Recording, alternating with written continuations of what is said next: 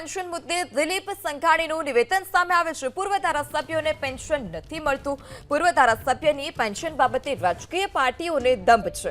ગાંધીના ગુજરાતમાં પેન્શન ન લેવાય તેવું સાંસદો કહે છે। પૂર્વ ધારાસભ્યની જેમ સાંસદોએ પણ પેન્શન ન લેવું જોઈએ। અનેક પૂર્વ ધારાસભ્યો પાસે ભાડાના રૂપિયા પણ નથી। જેમને પેન્શન ન લેવું હોય તેઓ પેન્શન ન લે।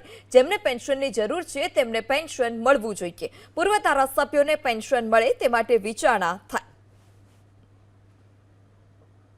ખાસ કરીને ગુજરાત વિધાનસભાના પૂર્વ સભ્યો એટલે ધારાસભ્યોને પેન્શન નથી મળતું। આ બાબતમાં રાજકીય દંભ તમામ પોલિટિકલ પાર્ટીનો છે,